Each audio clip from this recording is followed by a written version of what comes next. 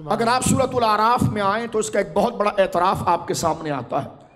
جناب سید عالم میرے اور آپ کے آقا آخری نبی جناب رسول مکرم صلی اللہ علیہ وسلم جب اس عالم رنگ و بو میں جلوگر نہ ہوئے تھے تو قریباً 1,24,000 کم و بیش یا اس سے کم یا زیادہ انبیاء تشریف لاتے رہے، ان کی اپنی امتیں ہوتی رہیں، ان میں برگزیدہ ناموں میں جہاں حضرت ابراہیم کا نام ہے وہاں حضرت موسیٰ کا بھی نام ہے بے شک علیہ السلام۔ قرآن کریم میں سب سے زیادہ جن کے اذکار اور جن کے واقعات اور قرآن کریم میں بیان کردہ قصص اور واقعات میں سب سے زیادہ جن کا ذکر کیا گیا وہ حضرت سیدنا موسیٰ کلیم اللہ تھے۔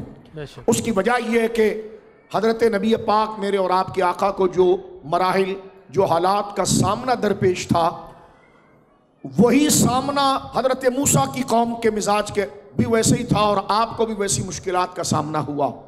تو جناب سید عالم صلی اللہ علیہ وسلم کو اللہ رب العالمین نے جو واقعات سنا کر آپ کی تربیت فرمائی رب نے، ان میں سب سے زیادہ واقعہ جو ذکر کیا گیا وہ حضرت موسیٰ کا تھا۔ اس بات کو سمجھنے کے بعد ہم آگے بڑھ جاتے ہیں۔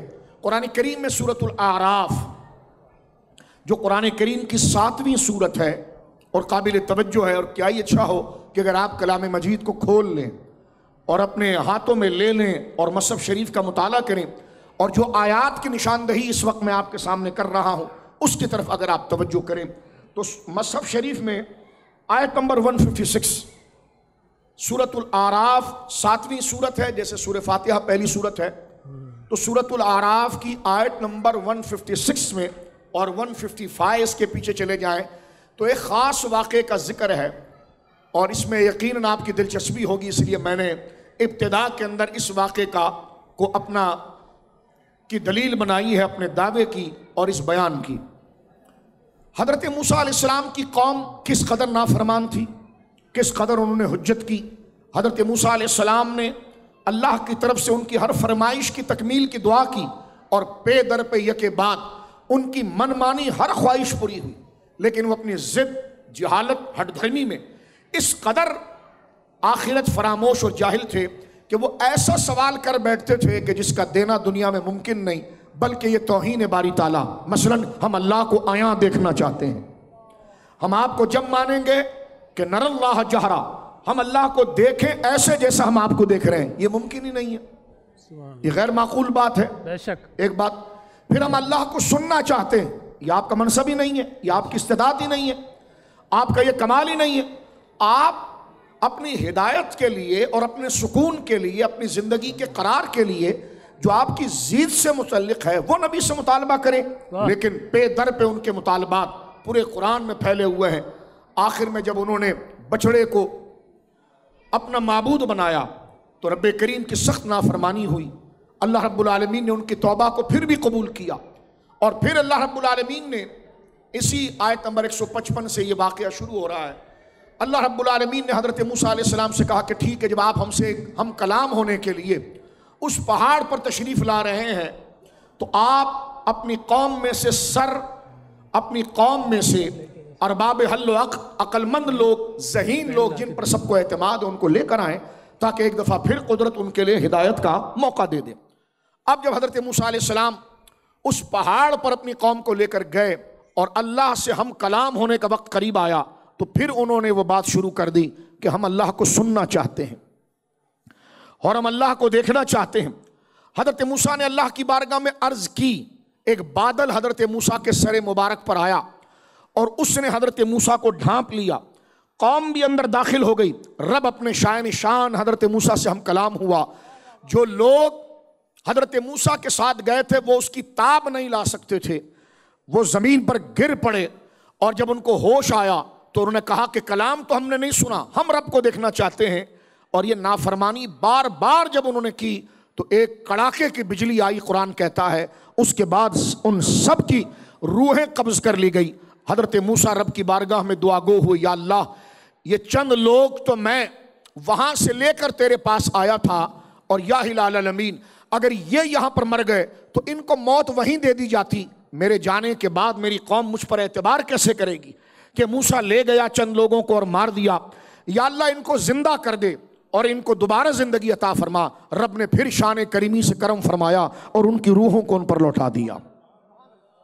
اب آگے دیکھیے آپ, اب جب ان کی روحیں ان پر لوٹا دی گئی تو حضرت موسیٰ علیہ السلام اور ان کی قوم رب کے حضور رجوع کرتے ہوئے اللہ سے یہ کہا کہ یا اللہ, انہوں نے جو نافرمانی کی اب ہم تیری بارگاہ میں یہ عرض کرتے ہیں کہ یا اللہ میری قوم کی مغفرت فرما اور اسے دنیا و آخرت کی بھلائی عطا فرما.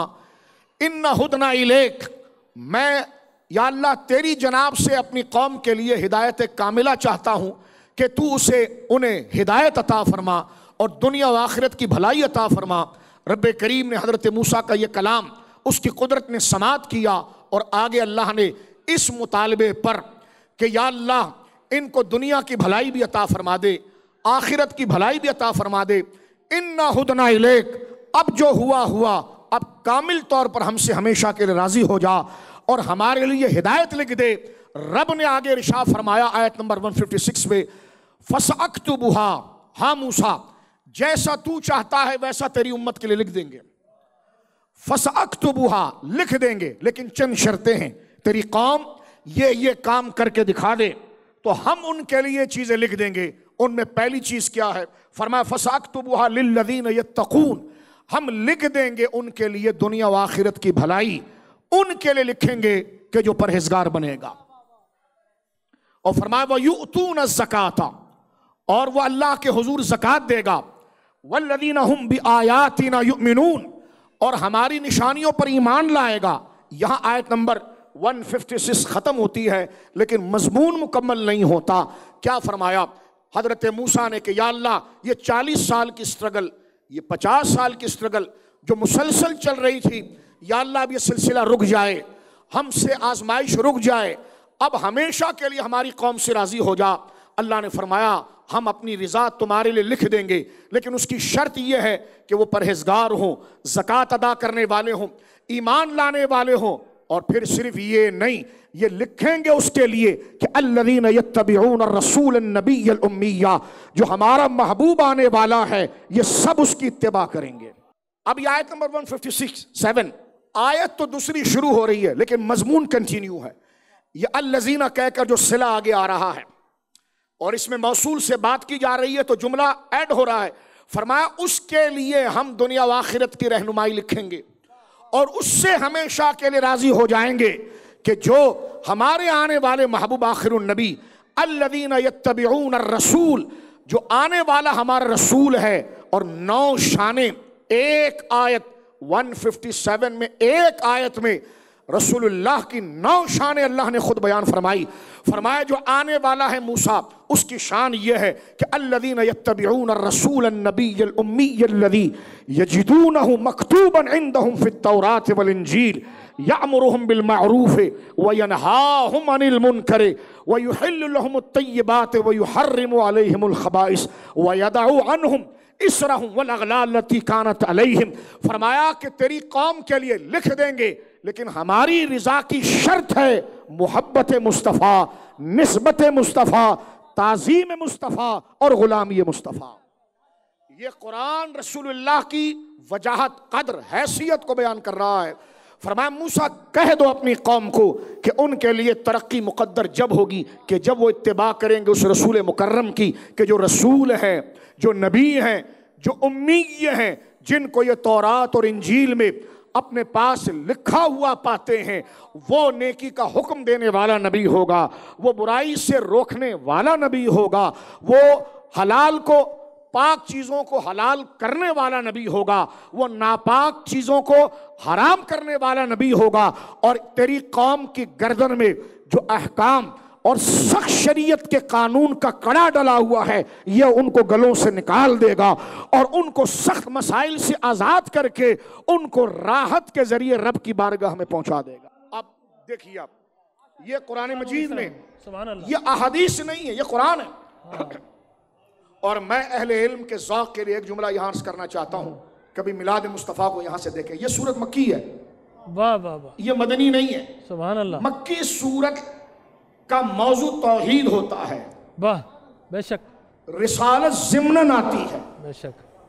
جبکہ رسالت اور توحید درجے میں ایک ہی عقیدے کے، لیکن مکہ میں جن لوگوں سے سامنا ہے وہ سرے سے خدا ہی کو نہیں مانتے تو رسول کو کیا مانیں گے؟ اس لیے آپ مکی صورتوں کا مطالعہ کیجئے میرے بزرگوں، دوستوں، بہنوں، بھائیوں۔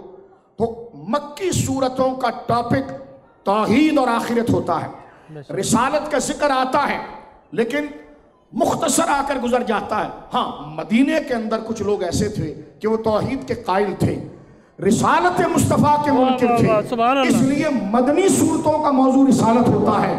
لیکن عجیب کرامت ہے ڈاکٹر صاحب قبلہ، یہ توحید، یہ مکی صورت ہے، ایسا جلال اور ایسی عظمت مدنی صورتوں میں نہیں آئی ہے۔ ایک آیت میں رسول اللہ کے 9 صفات اللہ نے بیان سبحان اللہ، سبحان اللہ، سبحان اللہ۔ بول انٹرٹینمنٹ کے شوز دیکھنے کے لیے ہمارے چینل کو سبسکرائب کریں اور بیل آئیکن پر کلک کرنا نہ بھولیں۔